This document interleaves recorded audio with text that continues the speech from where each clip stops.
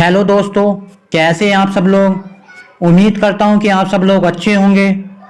मैं आपका दोस्त मोहन आपके यूट्यूब चैनल मोहन एकेडमी में आप सभी लोगों का स्वागत करता हूं।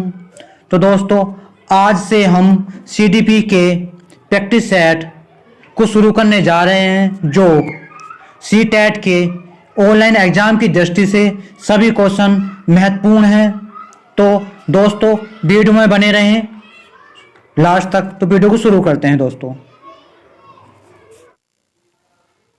तो क्वेश्चन नंबर 1 है, निम्नलिखित में से कौन सा कथन व्यक्ति के विकास की प्रक्रिया के बारे में सही है। ऑप्शन नंबर ए है, विकास की प्रक्रिया एक दिशीय होती है।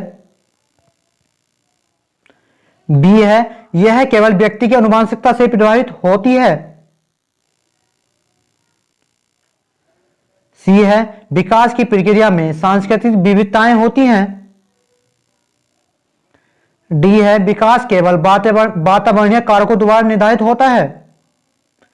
तो इसका सही आंसर क्या है, कमेंट में लिखें।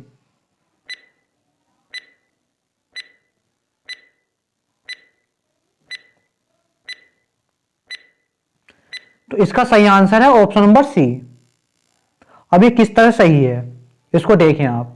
जिस जिस ऑप्शनों में केवल, मात्र, एक ही, सिवाय, बजाया जाए तो वे उत्तर नहीं हो सकते।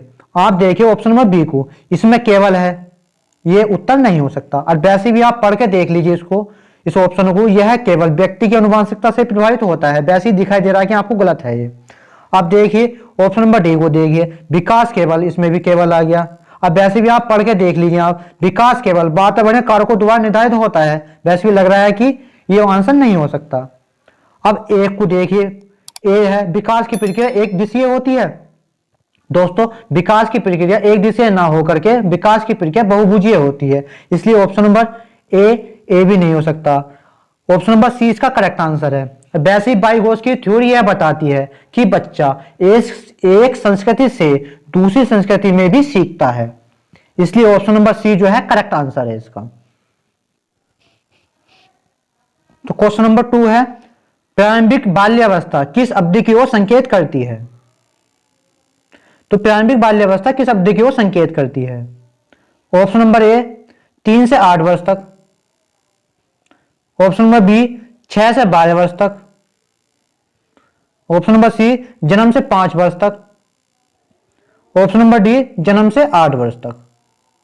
तो इसका सही आंसर क्या, कमेंट में लिखें।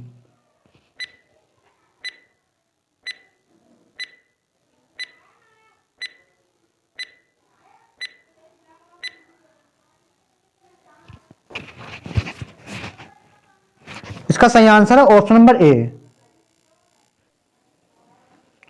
तो क्वेश्चन नंबर 3 है, विकास का सिर पदाभिमुख दिशा सिद्धांत व्याख्या करता है कि विकास इस प्रकार आगे बढ़ता है।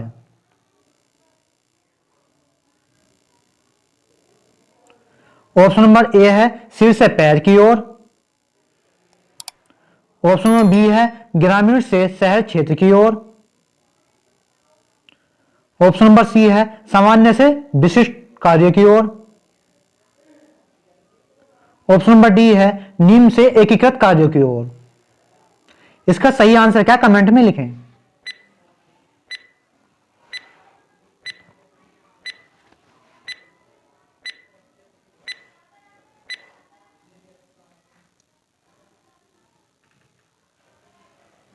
इसका सही आंसर है ऑप्शन नंबर ए। विकास जो आगे बढ़ता है तो वो बढ़ता है सिर से पैर की ओर आगे बढ़ता है, इसलिए इसका करेक्ट आंसर जो है ऑप्शन नंबर ए है। तो क्वेश्चन नंबर 4 है, निम्न में से कौन सा प्रश्न बच्चों में विवेचनात्मक चिंतन को बढ़ावा देने का उदाहरण है। ऑप्शन नंबर ए है, पता करो कि तटीय इलाके में रहने वाले लोग क्या खाते हैं और क्यों। ऑप्शन नंबर बी है, भारत के 10 राज्यों के नाम बताएं। ऑप्शन नंबर सी है, 2 से 10 तक के पहले लिखो। ऑप्शन नंबर डी है, दी गई कविता का सुस्मरण करके वाचन करो। तो इसका सही आंसर क्या है, कमेंट में लिखें।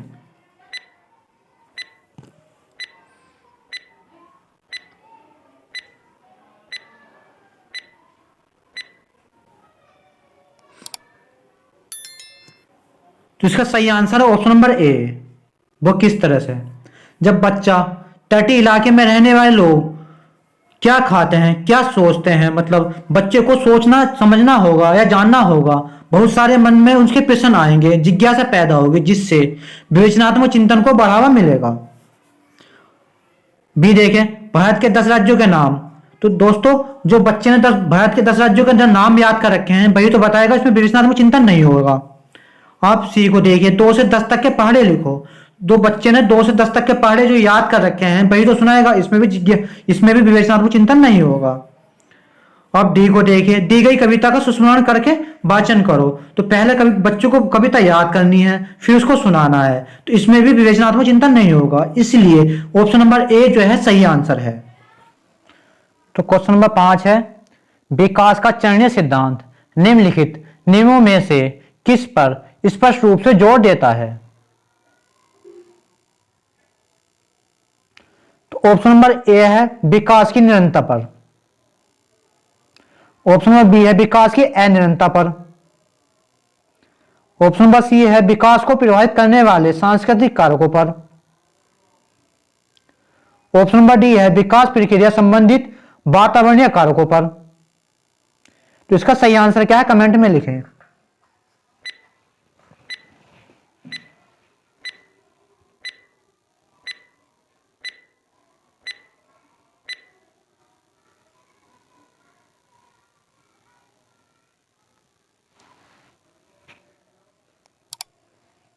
तो इसका सही आंसर ऑप्शन नंबर बी, विकास की अनिरंतरता पर। तो दोस्तों, आप सभी को पता होगा कि विकास जो है पहले स्टेज पर, फिर दूसरे स्टेज पर, फिर तीसरे स्टेज पर, फिर चौथे स्टेज पर, इस तरह से क्रम टू क्रम वाइज चलता है ये। आप जानते हो विकास जो कहीं पर धीमी गति से, कहीं पर तेज गति से, इस तरह से चलता है। तो विकास की जो गति होती है वो निरंतर ना होकर के विकास की गति जो होती है वो अनिरंतरता होती है, जिससे जो आपको पता ही है, जो वाइगोत्स्की ने ये बताया ही था कि विकास की जो गति होती है वो अनिरंतरता होती है, इसलिए ऑप्शन नंबर बी जो है करेक्ट आंसर है। तो क्वेश्चन नंबर 6 है, निम्न में से कारकों द्वारा विद्यालय में बच्चों का अधिगम से जुड़ा प्रभावित होता है?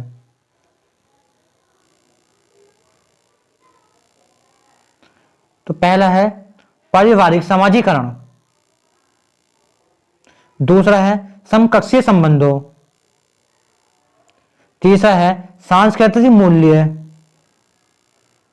चौथा है बच्चों का आत्मसम्मान। तो ऑप्शन नंबर ए है 1 और 3, ऑप्शन नंबर बी है 2 और 4, ऑप्शन नंबर सी है 4, ऑप्शन नंबर डी है 1, 2, 3 और 4। तो इसका करेक्ट आंसर क्या है?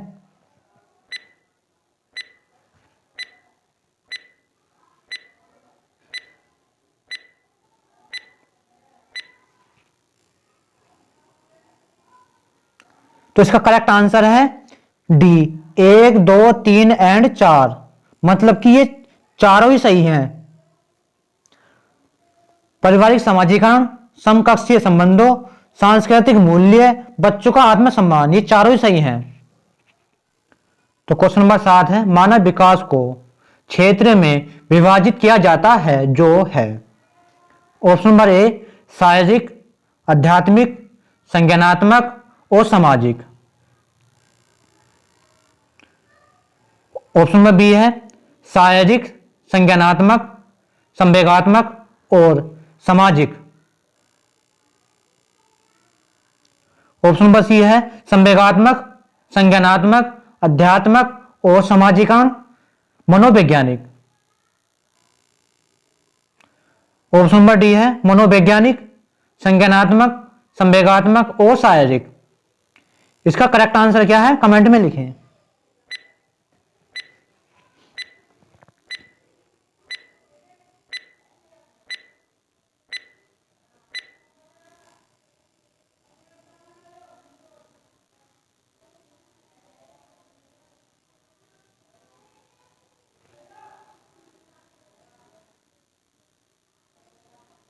तो इसका correct answer option number D. तो क्वेश्चन नंबर 8 है, निम्नलिखित में से कौन सा सूक्ष्म गति कौशल का उदाहरण है? ऑप्शन नंबर ए है लिखना, ऑप्शन नंबर बी है चढ़ना, ऑप्शन नंबर सी है फुदकना, ऑप्शन नंबर डी है दौड़ना। इसमें सही आंसर क्या है कमेंट में लिखें।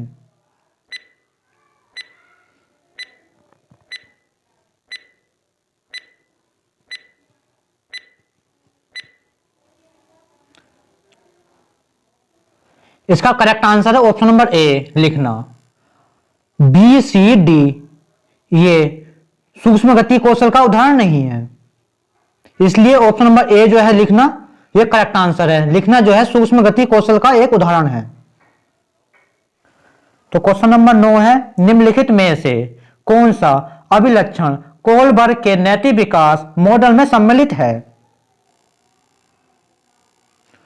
ऑप्शन नंबर ए है नैतिक विकास के चरणों का स्वरूप सार्वभौमिक होता है।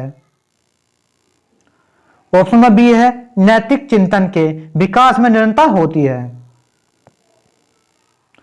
ऑप्शन नंबर सी है नैतिक विकास एक क्रमिक प्रक्रिया नहीं है, यह है संपूर्ण रूप से वातावरणीय कारकों पर निर्भर है। ऑप्शन नंबर डी है नैतिक विकास मुख्यतः सांस्कृतिक मूल्यों पर निर्भर है। तो इसका करेक्ट आंसर क्या है कमेंट में लिखें।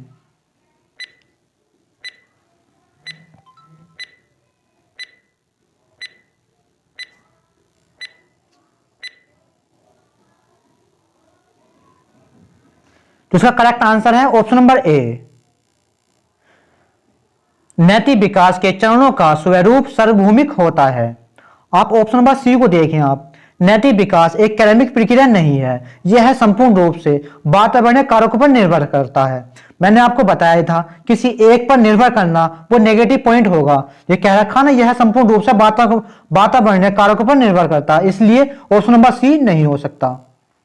ऑप्शन नंबर डी को देखें आप नैतिक विकास मुख्यतः सांस्कृतिक मूल्यों पर निर्भर करता है, ये भी किसी एक पर कर रहा है, तो इसलिए ऑप्शन नंबर डी भी नहीं हो सकता, ये नेगेटिव पॉइंट है। अब ऑप्शन नंबर बी को देखें आप नैतिक चिंतन के विकास में निरंतरता होती है। मैंने अभी आपको बताया था विकास जो है कहीं धीमी गति से कहीं पर तेज गति से चलता है। नैतिक चिंतन भी होगा तो वो कहीं पर धीमी गति से होगा, कहीं पर तेज गति से होगा। तो ये नैतिक चिंतन जो है निरंतर नहीं चलता, इसलिए ऑप्शन नंबर ए जो है करेक्ट आंसर है।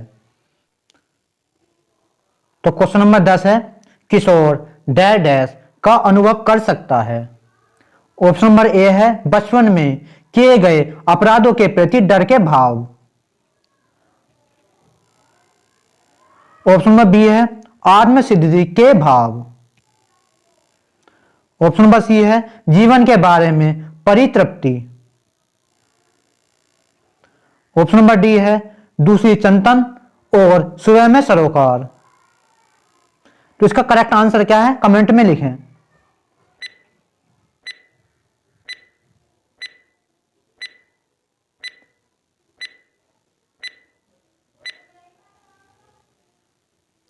तो इसका करेक्ट आंसर है ऑप्शन नंबर डी दूसरी चिंता और स्वयं में सरोकार। तो दोस्तों किशोर का अनुभव कब कर सकता है, दूसरी चिंतन और स्वयं में सरोकार के समय में कर सकता है, इसलिए ऑप्शन नंबर डी जो है करेक्ट आंसर है। तो क्वेश्चन नंबर 11 है ले वाइगोत्स्की के अनुसार निम्न में से किसके लिए समीपस्थ्य विकास क्षेत्र का इस्तेमाल करना चाहिए। तो दोस्तों समीपस्थ्य विकास क्षेत्र जो बोलते हैं जेडपीजी को बोलते हैं। तो ले वाइगोत्स्की के अनुसार निम्न में से किसके लिए समीपस्थ्य विकास क्षेत्र का इस्तेमाल करना चाहिए। ऑप्शन नंबर ए है अध्यापन और मूल्यांकन। ऑप्शन नंबर बी है केवल अध्यापन। ऑप्शन नंबर सी है केवल मूल्यांकन। ऑप्शन नंबर डी है प्रवाही बौद्धिकता की पहचान। तो इसका करेक्ट आंसर क्या है कमेंट में लिखें।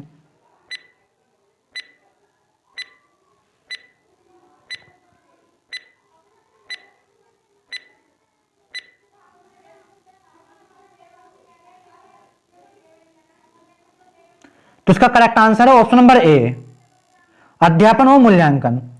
मैंने अभी आपको बताया ऑप्शन नंबर बी और ऑप्शन नंबर सी में देखिए इसमें केवल अध्यापन और केवल मूल्यांकन दे रखा, तो इसलिए ऑप्शन नंबर बी भी नहीं हो सकता, ऑप्शन नंबर सी भी नहीं आंसर नहीं हो सकता।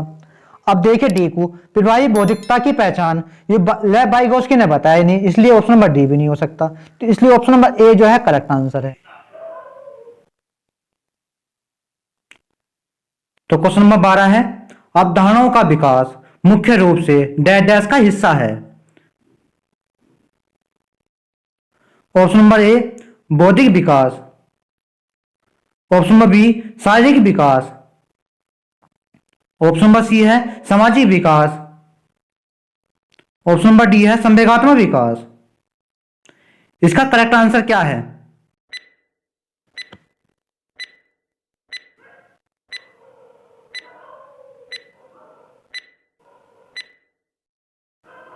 इसका करेक्ट आंसर है ऑप्शन नंबर ए बौद्धिक विकास। अवधारणाओं का विकास मुख्य रूप से बौद्धिक विकास का हिस्सा है। तो क्वेश्चन नंबर 13 है, विशिष्ट सह प्रत्यय को पढ़ाने हेतु एक अध्यापिका बच्चे को आधा हल किया हुआ उदाहरण देती है। लेव वाइगोत्स्की के अनुसार अध्यापिका किस रणनीति का इस्तेमाल कर रही है? ऑप्शन नंबर ए अवलोकन अधिगम, ऑप्शन नंबर बी पार्या स्कैफोल्डिंग, ऑप्शन नंबर सी द्वंद्वात्मक अधिगम, ऑप्शन नंबर डी अनुकूलन। तो इसका करेक्ट आंसर क्या है बताइए।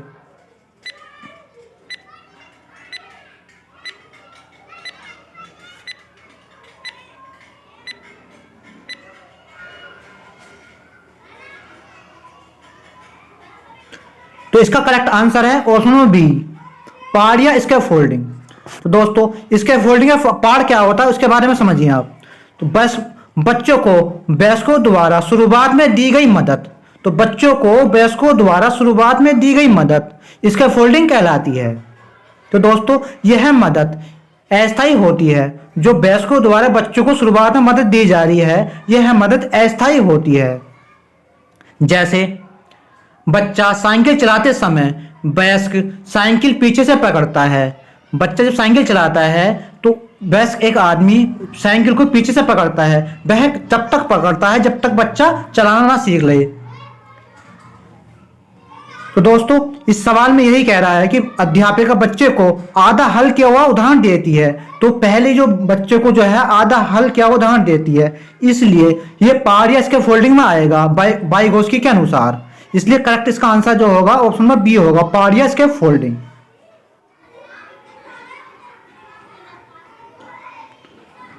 तो क्वेश्चन नंबर 14 है, बच्चे के उचित विकास को सुनिश्चित करने के लिए उसका स्वास्थ्य शरीर विकास एक महत्वपूर्ण आवश्यकता है, यह कथन ऑप्शन नंबर ए गलत हो सकता है क्योंकि विकास नितांत व्यक्तिगत मामला है,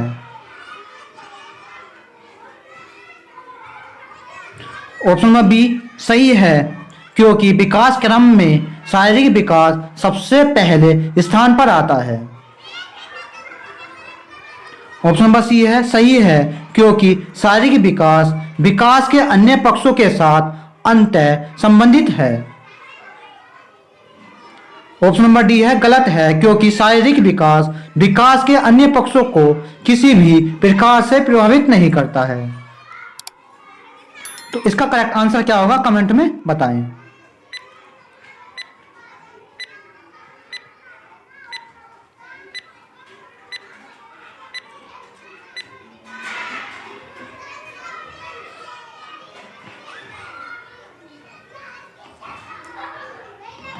तो इसका करेक्ट आंसर है ऑप्शन नंबर सी। सी जो है इसका करेक्ट आंसर है, सही है क्योंकि शारीरिक विकास विकास के अन्य पक्षों के साथ अंतर संबंधित है। तो क्वेश्चन नंबर 15 है, निम्नलिखित में से कौन सी अभिव्यक्ति एक प्रगतिशील कक्षीय माहौल के अनुसार नहीं है? तो प्रगतिशील कक्षीय माहौल के अनुसार नहीं है मतलब नहीं वाला ढूंढना है। 4 ऑप्शनों में से एक ऑप्शन गलत होगा और 3 ऑप्शन सही होगा। तो जो गलत ऑप्शन है उसी को ढूंढना है। ऑप्शन नंबर ए निर्णय निर्धारण में बच्चों की सहभागिता, ऑप्शन नंबर बी भय मुक्त अधिगम वातावरण की संरचना, ऑप्शन नंबर सी विद्यार्थियों की व्यक्तिगत भिन्नताओं का ध्यान रखना। ऑप्शन नंबर डी, अध्यापक द्वारा बाह्य अनुशासन कायम करना। तो इसका आंसर क्या होगा?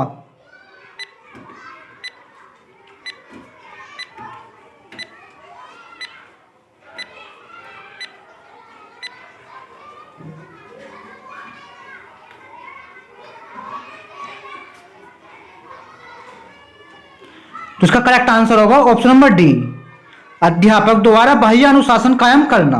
तो दोस्तों, कायम अनुशासन कायम करना, नियम फॉलो करना, कराना, याद कराना, और ये सब जो है नेगेटिव पॉइंट हैं। तो दोस्तों, ऑप्शन नंबर ए को देखिए, निर्णय निर्धारण में बच्चों की सहभागिता, ये तो अच्छी बात है। बी को देखिए, भयमुक्त अधिगम वातावरण की संरचना करना, ये भी अच्छी बात है, ये भी सही है। ऑप्शन नंबर सी देखिए, विद्यार्थियों की व्यक्तिगत भिन्नताओं का ध्यान रखना, ये भी ठीक है। तो इसलिए ऑप्शन नंबर डी जो है ये सही होगा, क्योंकि तीनों ऑप्शन हमें जो है सही दिए होंगे, एक ऑप्शन जो है गलत है, उसी गलत वालों को छांटना था, इसलिए ऑप्शन नंबर डी जो है सही है।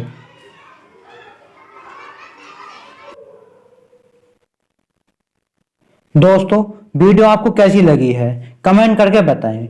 अगर वीडियो आपको पसंद आई हो तो वीडियो को लाइक करें और सब्सक्राइब करें और अपने दोस्तों के साथ शेयर करें। अगर आपका कोई क्वेश्चन हो तो कमेंट में जरूर लिखें। जल्द मिलते हैं नेक्स्ट वीडियो में, जब तक के लिए जय हिंद जय भारत।